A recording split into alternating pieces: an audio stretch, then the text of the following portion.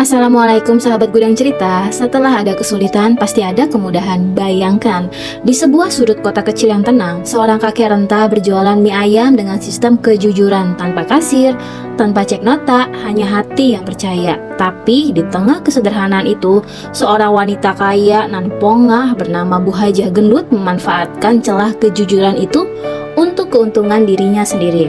Ia menipu dengan wajah penuh senyum, tanpa sadar dirinya sedang berjalan menuju sebuah balasan yang tidak pernah ia duga. Namun sebelumnya, bagi yang beragama Islam, saya sarankan untuk menuliskan sholawat Nabi Muhammad agar kelak sholawat ini menjadi saksi untuk mendapat syafaat di akhirat. Di sebuah sudut kampung kecil yang tenang di pinggiran kota, berdirilah sebuah gerobak mie ayam sederhana. Tidak mewah tapi berlampu terang, bahkan tanpa spanduk. Hanya ada papan kecil yang menggantung di sisi kanan gerobak, bertuliskan dengan spidol tebal. Harga mie ayam 10.000, ambil dan bayar sendiri. Saya percaya Anda jujur. Pemilik gerobak itu adalah seorang kakek tua bernama Mbah Somad. Usianya mungkin sudah mendekati 80 tahun. Rambutnya putih seluruhnya, pipinya mengeriput dan tubuhnya semakin kurus dari tahun ke tahun. Tapi setiap pagi dengan langkah pelan dan penuh semangat, Mbah Somad mendorong gerobaknya ke bawah pohon beringin di perempatan jalan kampung. Bagi warga sekitar, Mbah Somad bukan sekedar penjual mie ayam. Ia adalah simbol kejujuran.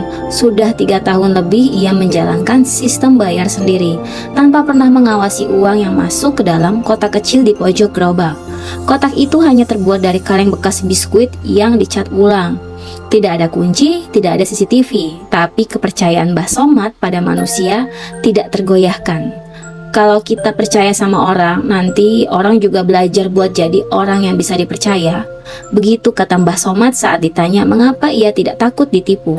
Hari itu matahari bersinar dengan hangat, udara kampung segar, dan anak-anak sekolah mulai lewat dengan seragam lusuh dan sepeda tuanya.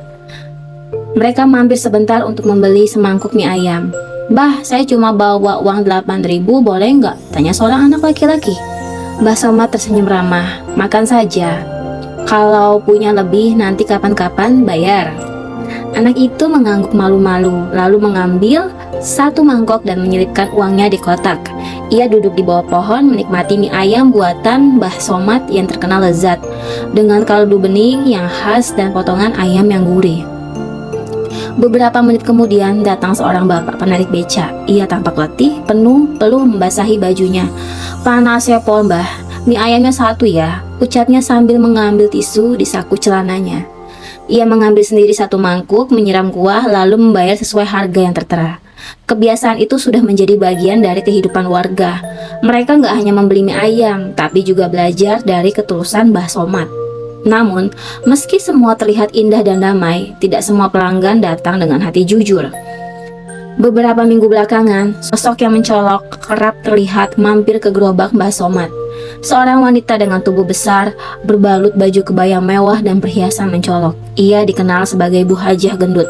Warga tidak asing dengan namanya. Rumahnya paling besar di kampung, mobil yang mengkilat, asistennya banyak, namun sifatnya dikenal kurang menyenangkan. Ia sering meremehkan orang miskin, bicara lantang, dan gemar dipuji. Bu Hajah mulai rutin datang ke gerobak Mbah Somad, tapi tidak dengan niat yang sama seperti warga lainnya. "Mie ayam 2 Mbah, nanti saya ambil sendiri ya," ucapnya sambil tertawa keras. Mbah Somad hanya mengangguk.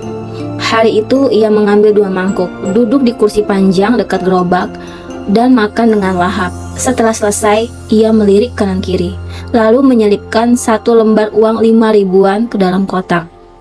Tak ada yang tahu, tapi Mbah Somad memperhatikan dari sudut matanya yang mulai kabur. Di hari-hari berikutnya, kejadian serupa berulang. Kadang Bu Hajah mengambil 3 porsi, tapi membayar 1. Pernah juga ia mengajak 2 asistennya makan bersama, namun hanya menyetor 5.000. "Gerobak ini gak akan bangkrut cuma karena saya bayar kurang. Uang orang kaya banyak yang lebih parah dari saya," katanya suatu ketika kepada asistennya sambil tertawa puas. Tapi Mbah Somad tidak pernah berkata apa-apa. Ia hanya duduk dan terus melayani pelanggan lain. Suatu sore, seorang gadis muda yang sering membeli mie ayam di gerobak itu memperhatikan hal aneh. "Pak, saya lihat tadi Bu Hajah ambil 3, tapi uangnya cuma sekali masuk di kotak," bisiknya hati-hati. Mbah Somad menatap gadis itu dan tersenyum pelan. "Nak, saya memang sudah tua, tapi belum pikun. Saya tahu siapa yang jujur dan siapa yang masih belajar jujur." Gadis itu tampak bingung. "Kenapa nggak ditegur aja, Mbah? Saya ini cuma orang tua, Nak. Kalau saya menegur, belum tentu didengar. Tapi kalau Allah yang tegur, semua orang pasti bisa merasa." Jawaban itu membuat gadis itu diam, lalu menunduk haru. Menjelang maghrib, gerobak mulai sepi. Mbah Somad beres-beres perlahan. Ia menghitung uang di kotak kecilnya. Hari itu, pembeli cukup ramai, namun uang yang terkumpul tidak sebanding. Harusnya ada 150.000, ini cuma 60.000. Ia tidak marah, ia tidak mengumpat, ia hanya duduk diam, lalu berdoa dengan suara lirih. "Ya Allah, kalau memang ini ujianku, aku ridho, tapi tolong berilah mereka petunjuk." Setelah itu ia menutup gerobaknya dan berjalan pulang pelan-pelan. Di balik tubuhnya rentah, tersimpan hati yang penuh kasih. Ia tidak butuh kekayaan, ia hanya ingin dengan damai dan melihat orang lain belajar menjadi baik. Namun ia tidak tahu, di balik senyumnya yang tulus, ada rencana besar yang sedang menanti. Sebuah kejutan yang akan membuka mata banyak orang dan mengubah hidup seseorang tidak terduga. Pagi itu langit cerah, burung-burung berkicau riang, dan semilir angin menyapu di daunan di sepanjang jalan kampung. Mbah Somad duduk di bawah pohon beringin, membuka gerobaknya dengan penuh semangat meski tubuhnya ringkih dan napasnya mulai berat. Ia menyusun mangkuk plastik, menyiapkan potongan ayam, dan menaruh kotak kaleng uang di sisi kanan gerobak seperti biasa. Tulisan yang menggantung di sana tetap sama. "Harga mie ayam 10.000, ambil dan bayar sendiri. Saya percaya Anda jujur." Hari-hari Mbah Somad memang begitu, sederhana, ia tidak pernah menuntut lebih. Baginya melihat orang makan dengan senyum sudah lebih dari cukup. Namun ketulusan itu terus-menerus diuji. Hari itu, Bu Hajah gendut datang kembali. Seperti biasa, ia turun dari mobil hitam mewahnya, diiringi suara sepatu hak tinggi yang beradu dengan jalanan semen. "Hari ini panas banget ya, Mbah. Saya pesan 3 mangkuk ya, buat saya dan orang ini," ujarnya sambil menunjuk kedua asisten yang berdiri di belakangnya. Mbah Somad mengangguk. "Silakan Bu Hajah, tinggal ambil aja." Bu Hajah menyisingkan lengan kebayanya dan langsung melayaninya dirinya sendiri. Ia tahu Mbah Somad tidak akan protes. Ia tahu tak akan ada yang menghitung. Tapi hari itu seseorang merhatikan. Gadis muda bernama Sinta yang duduk di bangku seberang jalan sedang menunggu mie ayamnya masak. Ia melihat jelas bagaimana Bu Hajah mengambil 3 mangkuk, makan dengan lahap, lalu menyelipkan 1 lembar 10.000 rupiah ke dalam kotak kaleng. Sinta menoleh ke kanan ke kiri, berharap ada orang dewasa lain yang menyadari, tapi semua nampak sibuk. Beberapa siswa sekolah lewat dan tertawa kecil saat mencium aroma mie ayam. Namun tak satu pun menyadari apa yang dilakukan Bu Hajah. Usai makan, Bu Hajah berdiri dan merapikan tas tangannya yang besar. "Makasih ya Mbah, mie ayamnya enak banget. Lain kali saya traktir warga kampung biar makin laris," ucapnya dengan suara keras yang sok ramah. Mbah Somad tersenyum. Tak berkata sepatah apapun, ia hanya mengangguk dan menyatukan kedua telapak tangannya di depan dada. Saat mobil Bu Hajah melaju pergi, Sinta menghampiri Mbah Somad. "Mbah, maaf kalau saya lancang, tapi Bu Hajah bayar cuma 1 mangkuk." Mbah Somad menoleh pelan, pandangannya teduh dan lembut. "Ya, saya tahu, Nak." Sinta menatap tidak percaya. "Kalau tahu kenapa dibiarkan sih, Mbah? Karena kejujuran itu bukan untuk saya, tapi buat diri sendiri. Kalau saya paksa dia jujur, dia mungkin makan malah keras kepala, tapi kalau hati yang sabar, itu lebih indah." Sinta terdiam.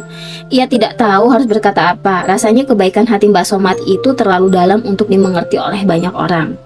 Hari-hari berlalu dan Bu Hajah makin sering datang. Semakin besar jumlah mangkok yang ia ambil, semakin kecil jumlah yang ia bayarkan. Ia bahkan mulai membawa kerabat jauh yang tidak dikenal warga sekitar untuk ikut makan gratis tanpa rasa malu.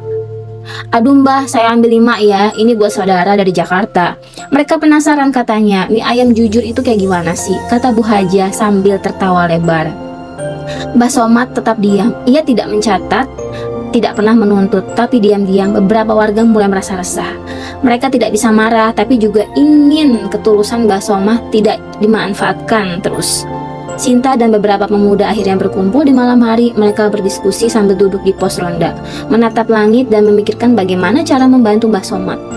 "Gak mungkin kita bentak Bu Hajah, bisa-bisa kita dituduh memfitnah." "Iya, tapi kita juga gak bisa biarkan terus Mbak Somad ditipu, apalagi beliau tinggal sendiri. Duit segitu buat makan sehari-hari juga pas-pasan." Akhirnya muncul satu ide. Sinta paling semangat. "Kita rekam aja. Tapi bukan untuk memalukan, cuma biar nanti kalau ada apa-apa kita punya bukti. Tapi tetap cara kita sopan, jangan menjatuhkan. Mereka setuju. Mereka menyiapkan kamera kecil tersembunyi yang diletakkan di dekat pohon menghadap gerobak Mbah Somad. Beberapa hari kemudian, kejadian itu pun terekam. Bu Hajah datang seperti biasa dengan gaya berlebihan dengan nada tinggi. Dia mengambil 4 mangkuk, tertawa keras-keras lalu membayar hanya 10.000. Semuanya terekam jelas dengan ekspresi yang puas di wajahnya. Tidak lama setelah itu, salah satu pemuda mengirimkan rekaman itu ke sebuah kanal media sosial lokal yang sudah mengangkat kisah inspiratif dan kejadian unik di kampung-kampung. Video itu diberi judul, "Wanita kaya ini menipu penjual mie ayam jujur, tapi lihat apa yang terjadi setelahnya."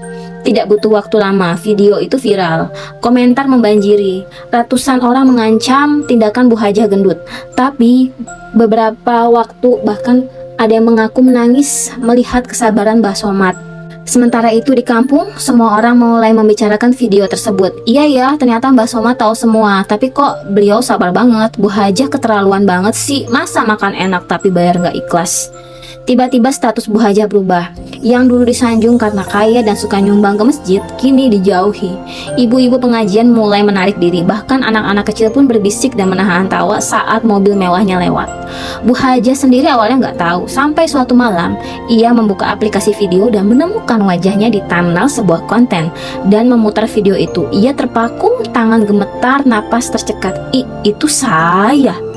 Ia tidak bisa menyangkal, ia tidak bisa menghapus rekaman itu. Wajahnya jelas, suaranya terdengar, dan yang paling membuat hatinya teriris adalah senyum tulus Mbah Somad di akhir video. Senyum yang tidak pernah menuduh, senyum yang seolah berkata, "Saya memaafkan kamu. Bahkan sebelum kamu minta maaf." Air mata mengalir. Untuk pertama kalinya Bu Hajah merasa dirinya kecil, bukan karena hartanya kurang, tapi karena hatinya hampa. Sejak video itu viral, dunia Bu Hajah gendut berubah drastis. Dulu ia terbiasa disapa oleh warga saat keluar rumah. Sekarang orang-orang memilih menunduk dan pura-pura tidak melihat. Dulu ia dengan bangga duduk paling depan saat pengajian, kini ia tidak lagi diundang. Bahkan majelis taklim tempat ia biasa menyumbang perlengkapan masjid, kini menolak bantuannya dengan halus. Semua terasa asing, sepi, dan menyakitkan. Suatu pagi, ia duduk di ruang tamu rumah mewahnya. Lantai keramik berkilau, lampu gantung mahal bergelantungan di langit-langit. Tapi semua itu tidak mampu menghangatkan hatinya yang sedang tergores malu. Ia memandangi ponselnya, komentar demi komentar di video itu terus berdatangan. Yang menghujat, sebagian menasihati, dan sebagian lainnya hanya berdoa agar Bu Hajah menyadari kesalahannya. Tapi komentar yang paling menampar hatinya adalah, "Kalau orang miskin bisa jujur walau lapar, kenapa orang kaya justru menipu padahal dia kenyang?" Tangannya gemetar, air mata mulai turun tak tertahankan. Selama ini ia merasa benar, merasa pantas mendapatkan perlakuan khusus karena status dan kekayaannya. Tapi kini, satu video berhasil menjungkir balikan segalanya. "Kenapa aku jadi begini?" lirihnya dengan suara parau. Hari itu juga dengan hati yang masih digelayuti rasa bersalah, Bu Hajah memutuskan untuk datang ke tempat Mbah Somad. Ia turun dari mobil sendirian, tanpa pengawalan, tanpa asisten.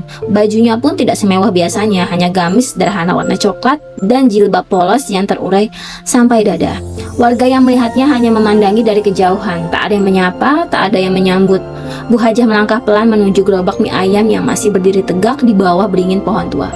Dari kejauhan, Mbah Somad sedang duduk di bangku kayu kecilnya, membalikan mie ayam dalam panci besar, sambil sesekali tersenyum pada anak-anak sekolah yang datang membeli. Langkah Bu Hajah melambat, hatinya ciut, tapi ia terus berjalan. "Mbah," ucapnya pelan saat sudah berdiri depan gerobak. Mbah Somad menoleh, tatapan tetap lembut. Wajahnya tidak menyimpan amarah sedikit pun. "Bu Hajah, silakan duduk," ucapnya pelan. Bu Hajah menahan napas lalu duduk di bangku panjang. Ia menunduk, jari-jarinya saling meremas dan suara tangis pun pecah. Saya minta maaf, Mbah. Saya malu sekali. Saya tahu saya salah. Saya menipu Mbah berkali-kali. Saya nggak tahu harus bagaimana." Tangisnya pecah di tengah keramaian kecil di sekitar gerobak. Beberapa warga menoleh, beberapa bahkan mulai mendekat ingin tahu apa yang terjadi. Namun Mbah Somad tetap tenang. Ia mengambil tisu dari kantong kecilnya dan menyodorkannya. "Bu Hajah, saya tahu semuanya, tapi saya sudah memaafkan dari dulu." Bu Hajah menatap Mbah Somad dengan mata sembab. "Kenapa Mbak enggak pernah marah? Kenapa enggak pernah negur saya?" Mbak Somad tersenyum kecil. Karena saya bukan siapa-siapa untuk menghakimi orang. Saya hanya berdoa semoga siapapun yang datang ke sini bisa belajar menjadi lebih baik, bukan karena takut, tapi karena sadar. Ucapan itu membuat dada Bu Hajah sesak. Rasanya seperti dihantam sesuatu yang selama ini ia tutupi dengan kemewahan dan harga diri palsu. Ia membuka tasnya, mengeluarkan satu amplop besar. "Mbah, ini uang ganti rugi. Saya nggak tahu berapa kerugian Mbah selama ini, tapi tolong terima ini." Namun Mbah Somad menatap amplop itu lalu menutup tangannya dengan lembut. "Maaf Bu Hajah, saya nggak bisa terima. Kejujuran itu bukan untuk dibayar pakai uang. Saya hanya ingin Bu Hajah berubah, jadi orang yang lebih ikhlas, lebih sayang sama orang kecil." Bu Hajah tercekat, tangannya menggantung memegang amplop yang tidak berguna. Tak ada satu kata pun keluar dari mulutnya. Ia merasa begitu kecil di hadapan laki-laki tua yang bahkan tidak memiliki rumah layak. Lalu Mbah Somad menoleh ke arah anak-anak sekolah yang sedang duduk menyantap mie ayam di bawah pohon. Kalau Bu Hajah sungguh ingin menebus kesalahan, bantu mereka. Anak-anak ini butuh beasiswa, sepatu baru, seragam layak, bantu mereka tumbuh jadi orang yang jujur dan kuat. Bu Hajah mengangguk, tak ada ucapan lain, tapi dari sorot matanya sebuah tekad baru tumbuh. Sejak hari itu perubahan perlahan terlihat. Bu Hajah mulai menghilang dari sorotan kamera masjid. Ia tidak lagi tampil mencolok saat memberi sumbangan, tapi diam-diam. Ia membiayai seragam sekolah untuk anak-anak yatim. Ia membeli buku, sepatu, dan perlengkapan untuk mereka. Bukan untuk menyumbang, tapi untuk membalaskan kesalahan yang telah ia perbuat. Namun ada satu hal yang belum ia lakukan. Ia tidak pernah lagi makan di gerobak Mbah Somad. Hingga suatu sore hujan deras turun, gerobak Mbah Somad tetap buka meski angin kencang membuat plastik penutup berkibar. Tapi tubuh tua itu tampak lemah. Tangannya gemetar saat memegang sendok, wajahnya pucat. Bu Hajah yang kebetulan lewat dengan mobilnya kejadian itu, ia turun dengan cepat, berlari, menerobos hujan, dan tanpa banyak tanya langsung membantu Mbah Somad yang untuk menutup gerobaknya. "Mbah, ayo, saya antar pulang." Mbah Somad mengangguk lemah. Dalam mobil sepanjang jalan mereka tak banyak bicara, hanya suara hujan, napas berat Mbah Somad yang terdengar. Tapi dalam hati Bu Hajah, ia berdoa agar kesempatan untuk menebus kesalahan itu tidak datang terlambat. Malam itu Mbah Somad dirawat di puskesmas kecil kampung. Tidak banyak peralatan, tapi perawatnya baik hati. Beberapa warga datang menjenguk Bu Hajah juga ikut menunggui, duduk di kursi plastik sambil memandangi wajah tuan tertidur lemah. Tiba-tiba seorang perawat menghampiri dengan membawa secari kertas. "Bu, ini titipan dari Mbah Somad," katanya. "Kalau beliau tertidur lama, tolong diberikan ke ibu." Tangan Bu Hajah gemetar saat menerima kertas itu. Perlahan ia membuka dan membaca tulisan tangan yang mulai goyah. "Terima kasih karena sudah berubah. Saya tidak benci ibu, bahkan saya senang karena ternyata kejujuran masih bisa tumbuh bahkan di hati yang paling keras sekalipun.